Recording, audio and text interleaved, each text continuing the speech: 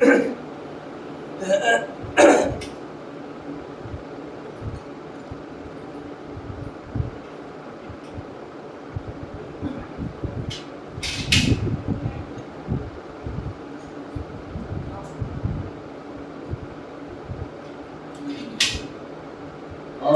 بالله من الشيطان الرجيم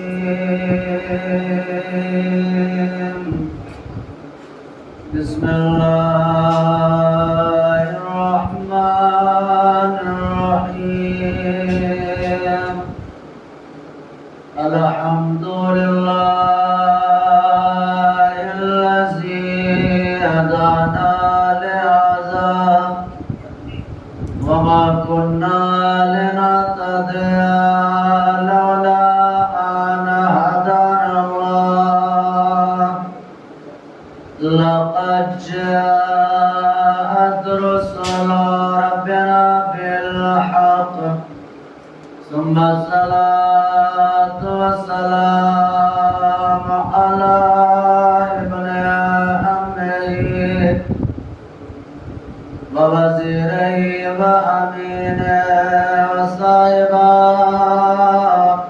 لوائه وخليفته ثم الصلاة والسلام على شرف الأنبياء والمرسلين سيدنا نبينا وشفيع ذنوبنا مولانا أبي القاسم محمد اللهم صل على محمد وآل محمد ثم الصلاة والسلام على أهل بيته الطيبين الطاهرين المعصومين المظلومين ولعنة الله على أعدائهم أجمعين أما بعد فقد قال الله سبحانه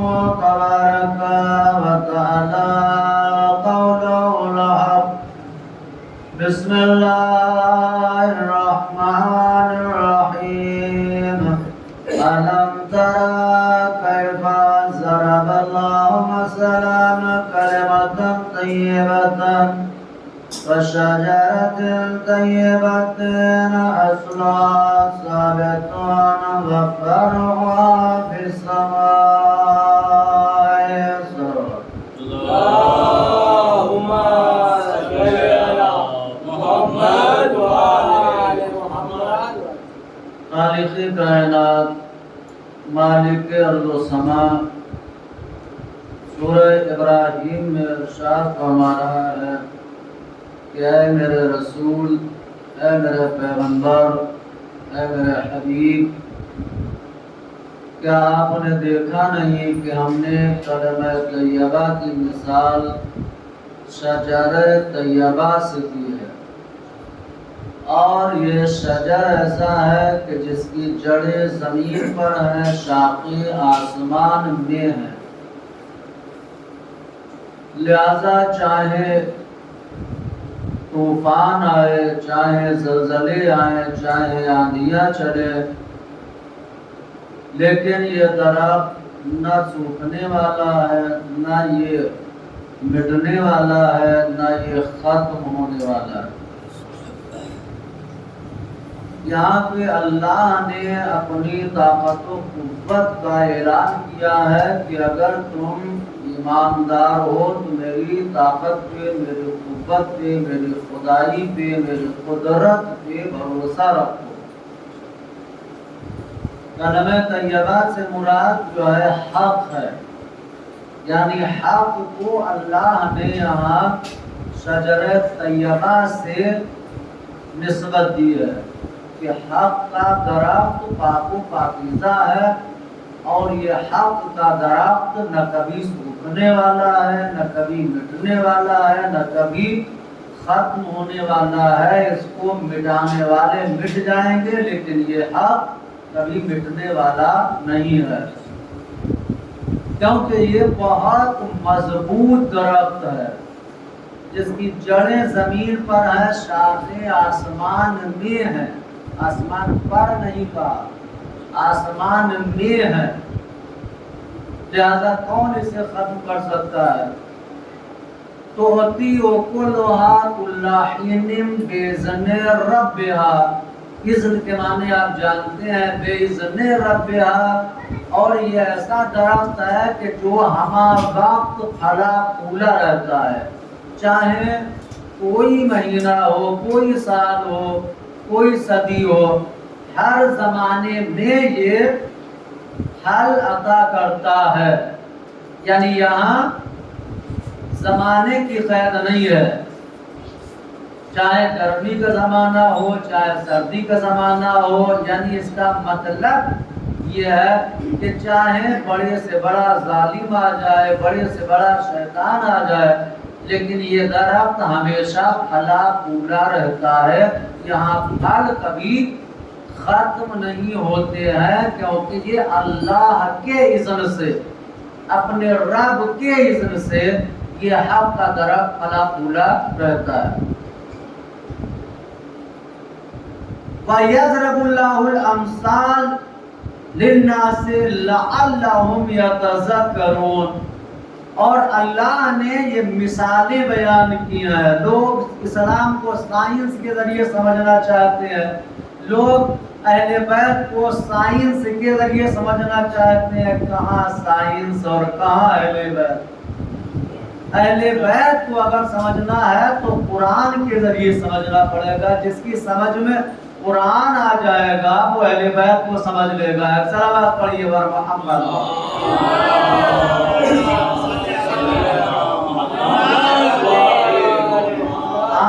سائنس سے تو کوئی مقابلہ ہی نہیں ہے اہل بیت کا۔ این صدر الخلائق ذو البر والتقوی، جو سائنس کا بھی صدر ہو، سرپرست ہو، تو سائنس کیا علی کے فضائل کو سمجھائے گا؟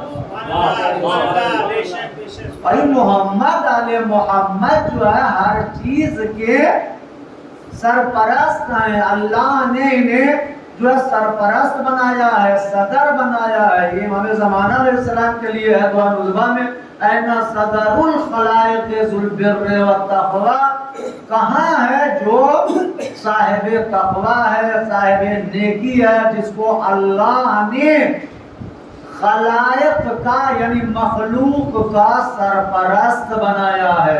ایک صلوات پڑھیے بر محمد۔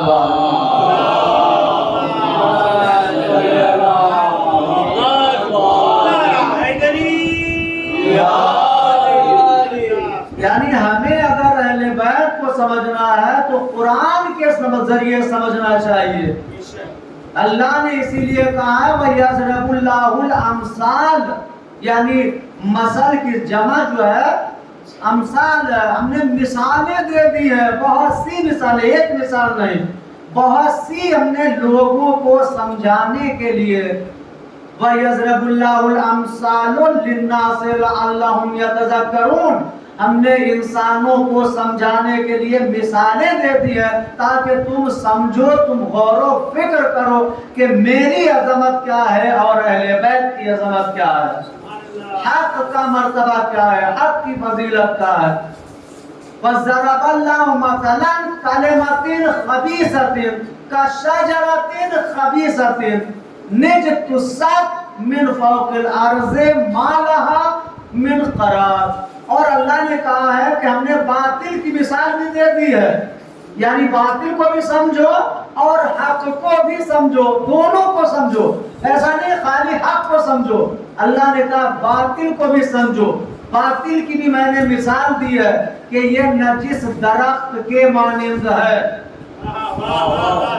یعنی حق پاک و پاکیزہ درخت کہا ہے اللہ نے، اور باطل کو کہا ہے کہ یہ خبیث کے معنی نجس کے ہیں۔ عربی میں خبیث نجس کو کہتے ہیں، ہمارے بزرگ بہتر جانتے ہیں، خبیث نجس کو کہتے ہیں۔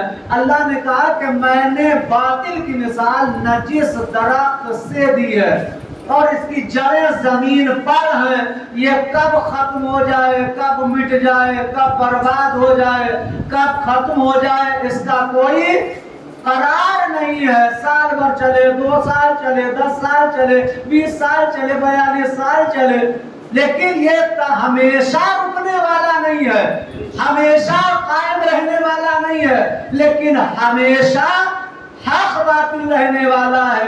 جب تک خدا باقی رہے گا تب تک حق باقی رہے گا، اور جب تک حق باقی رہے گا تب تک علی بن ابی طالب باقی رہیں گے۔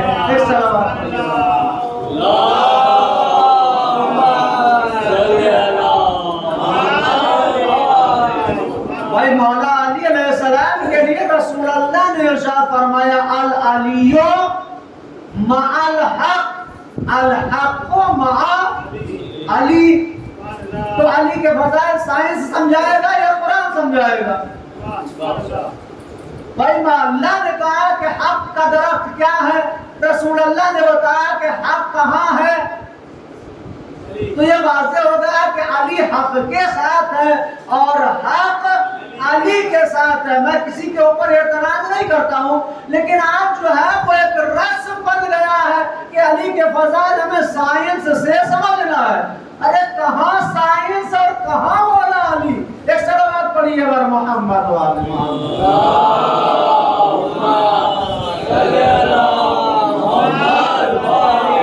انا مدینۃ العلم وعلی بابها، میں شہر علم ہوں اور علی اس کا دروازہ ہے۔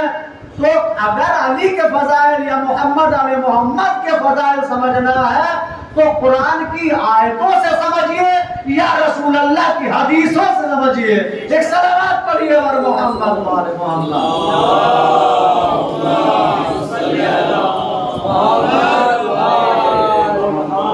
تو عزیزان محترم، اللہ نے ارشاد فرمایا کہ حق ہمیشہ سے کامیاب تھا، کامیاب ہے اور کامیاب رہے گا، یہ اللہ کی اجازت سے۔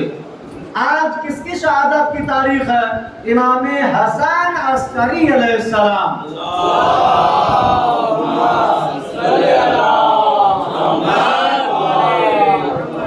یعنی آپ کی ولادت جو ہے وہ 232 ہجری میں ہوئی ہے، جمعے کا دن۔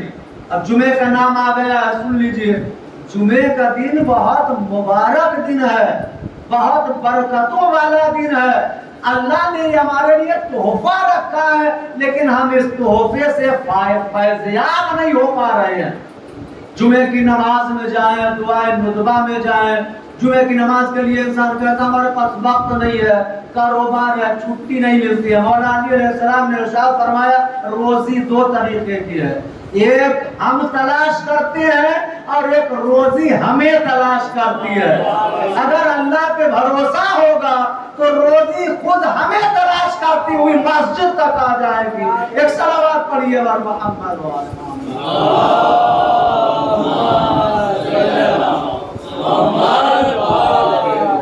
یعنی 232 ہجری میں امام حسن عسکری علیہ السلام کی ولادت یعنی اس دنیا میں تشریف لائے ہیں۔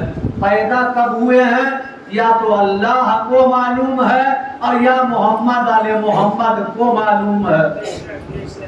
کنتو کنزا مخفیا فاحببت ان اعرف فخلقتك یا محمد۔ حدیث قدسی میں اللہ نے فرمایا کہ میں تو ایک چھپا ہوا خزانہ تھا، میں نے چاہا کہ میں پہچانا جاؤں تو میں نے اپنی پہچان کے لیے محمد کو خلق کیا ہے۔ یعنی یہ تو اللہ کی پہچان کے لیے اللہ نے ان کو خلق کیا ہے۔ اور رسول اللہ نے ارشاد فرمایا کہ میں تو اس وقت بھی نبی تھا جب جناب آدم مٹی اور پانی کے درمیان میں ہی تھے۔ تو کون بتا سکتا ہے کہ یہ کب پیدا ہوئے؟ یہ تو دنیا میں آنے کی تاریخیں ہیں۔ یہ جو ہماری کتابوں میں ملتا ہے کہ 13 رجب کو، 3 شعبان کو، 10 ربیع الثانی کو امام حسن عسکری علیہ السلام کی ولادت 10 ربیع الثانی کو ہوئی ہے، تو یہ دنیا میں آنے کی تاریخیں ہیں۔ یہ پیدا کب ہوئے ہیں، اللہ نے ان کو خالق کب کیا ہے، یہ خدا ہی بہتر جانتا ہے۔ ایک صلوات پڑھیے بار محمد و آل محمد۔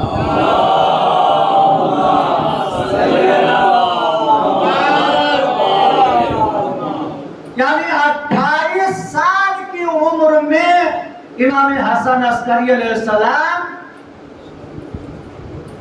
وہ زہر دیا گیا بھی مسائب نہیں ہے، صرف یہاں 28 سال گزارے۔ شہزادی فاطمہ زہرا سلام اللہ علیہا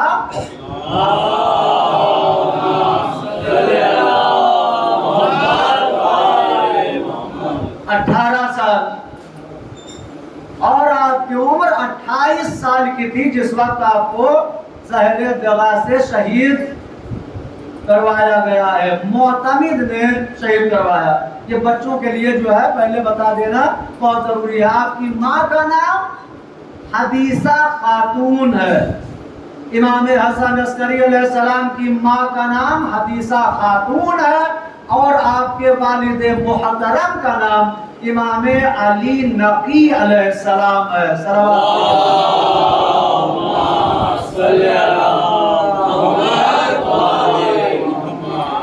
یعنی سامرہ میں 3 سال کا زبردست قحط پڑا، لوگ پریشان ہیں، لوگ بے حال ہیں، سب دعائیں ہو رہی ہیں، لیکن اللہ کسی کی دعا کو نہیں سن رہا ہے۔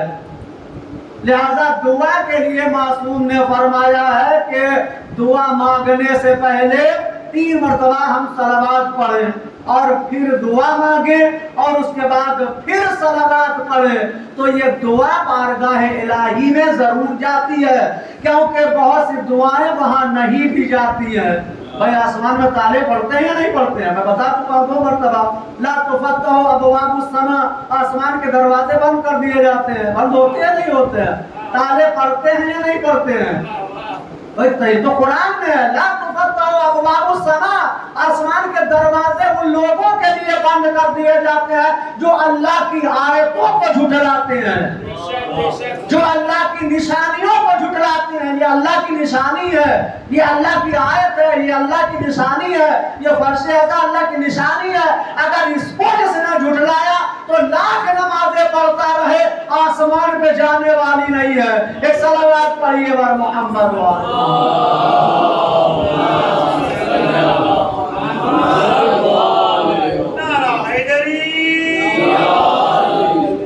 ان الذین کذبوا بآیاتنا واستکبروا عنہا، سورہ اعراف میں اللہ نے فرمایا کہ بے شک جن لوگوں نے ہماری آیتوں کو جھٹلایا، یہ میری آیتوں کے سامنے تکبر کیا، یہ تو لکڑی ہے، یہ تو کپڑا ہے، اس کے سامنے ہم جو ہے کیوں سر جھکائیں، اس کو ہم کیوں چومیں؟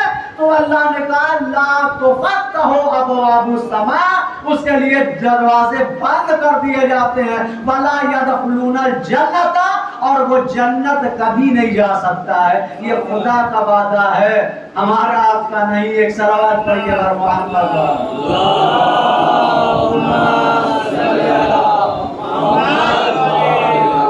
زبردست 3 سال کا قحط ہے، پورا شہر پریشان ہے، لوگ پریشان ہیں۔ 3 سال کے بعد عیسائی گھر سے نکلے، نصارہ نکلے، نکلنے کے بعد جا کے انہوں نے صحرا میں دعا کی۔ یہاں نمازیوں کی دعا قبول نہیں ہو رہی ہے، روزے داروں کی دعا قبول نہیں ہو رہی ہے، لیکن جب عیسائیوں نے جا کے صحرا میں فریاد کی تو موسلادھار بارش ہوئی۔ اب آپ اندازہ لگائیے، اللہ آزماتا بھی ہے، اسی لیے ہم دعا کرتے رہے پروردگار ہمیں ثابت قدم رکھنا۔ قرآن میں بھی ہے، زیارت عاشورہ میں بھی ہے، پروردگار ہمیں ثابت قدم رکھنا اور ہمارا شمار اپنے ان صحابیوں کے ساتھ کرنا جنہوں نے تیرے اوپر اپنا خون بہا دیا۔ یہ زیارت عاشورہ میں بھی دعا ہے، ورنہ کب انسان کے پیر جو ہے ڈگمگا جائے اور سیدھا راستہ چھوڑ کے غلط راستے پر چلا جائے۔ اس پہ اللہ کی ہمیں مدد ضروری ہے، اس لیے دعا کرتے رہنا چاہیے۔ جیسے عیسائیوں کے راہب نے، یعنی ان کے ایک زبان میں کہا جائے کہ مولوی نے دعا کی، موسلادھار بارش ہوئی، اب جو مسلمان تھے، نمازی تھے، انہوں نے کہا ہم 3 سال سے دعا کر رہے ہیں، دعا قبول نہیں ہو رہی ہے، اور یہ اسلام کو مانتے بھی نہیں ہے، ان کی دعا قبول ہو گئی۔ وہی فوراً بہت سے مرتد ہو گئے، یعنی اسلام کو چھوڑ دیا، اللہ کے اوپر سے بھروسہ ہٹ گیا، اسلام سے دور ہو گئے۔ آخرکار معتمد نے سوچا کہ سوائے محمد آل محمد کے اور کوئی مشکل حل کرنے والا نہیں ہے، لہذا امام حسن عسکری علیہ السلام کو قید خانے سے بلایا، اور بلانے کے بعد کہا پوری امت پریشان ہے، آپ 3 سال سے دعا کر رہے ہیں لیکن دعا قبول نہیں ہوئی، لیکن عیسائیوں کے راہب نے جا کے دعا کی، موسلادھار بارش ہوئی، لہذا آپ کچھ کیجئے۔ مولا نے کہا ٹھیک ہے، کل ان سے کہہ دو کہ پھر چل کے صحرا میں دعا کریں۔ جیسے ہی عیسائیوں کا راہب پورا مجمع صحرا میں پہنچا، اور اس نے جیسے ہی ہاتھ بلند کیے، امام نے فرمایا کہ اس کے ہاتھ میں جو چیز ہے وہ واپس لے لو۔ ایک صلوات پڑھیے بار محمد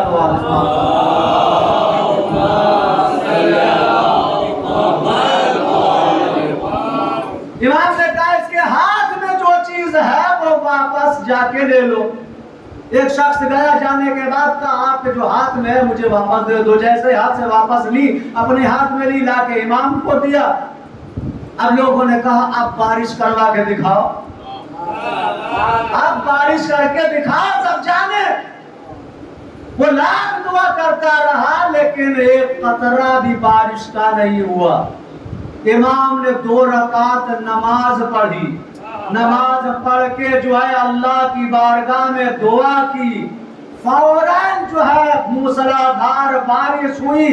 یعنی امام نماز پڑھ کے ہمیں یہ درس دے رہے ہیں کہ تمہیں جو دعا مانگنا ہو مانگو اللہ کی بارگاہ میں، لیکن اللہ کی عبادت کرنے کے بعد ایک صلوات پڑھیے بر محمد و آل محمد۔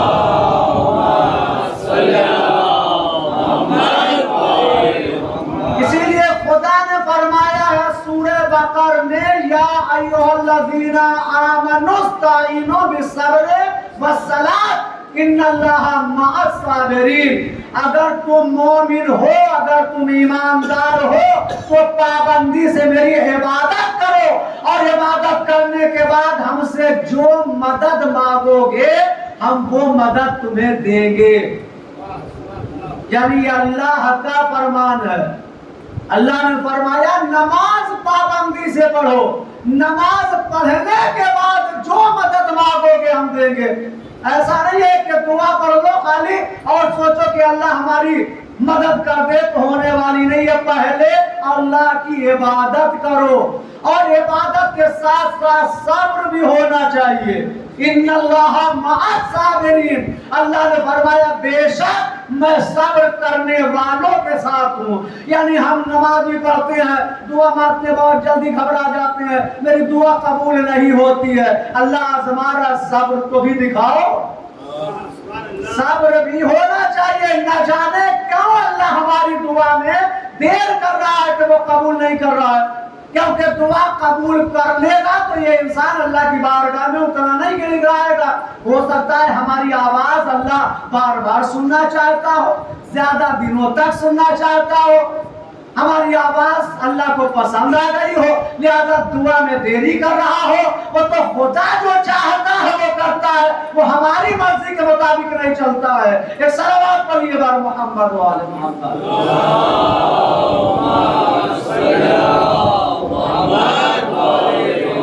یعنی مدد جو بھی ہم اللہ سے مانگے، اولاد مانگے، دولت مانگے، کھانا مانگے، مکان مانگے، اللہ نے خود کہا مانگو، قل ادعونی استجب لکم۔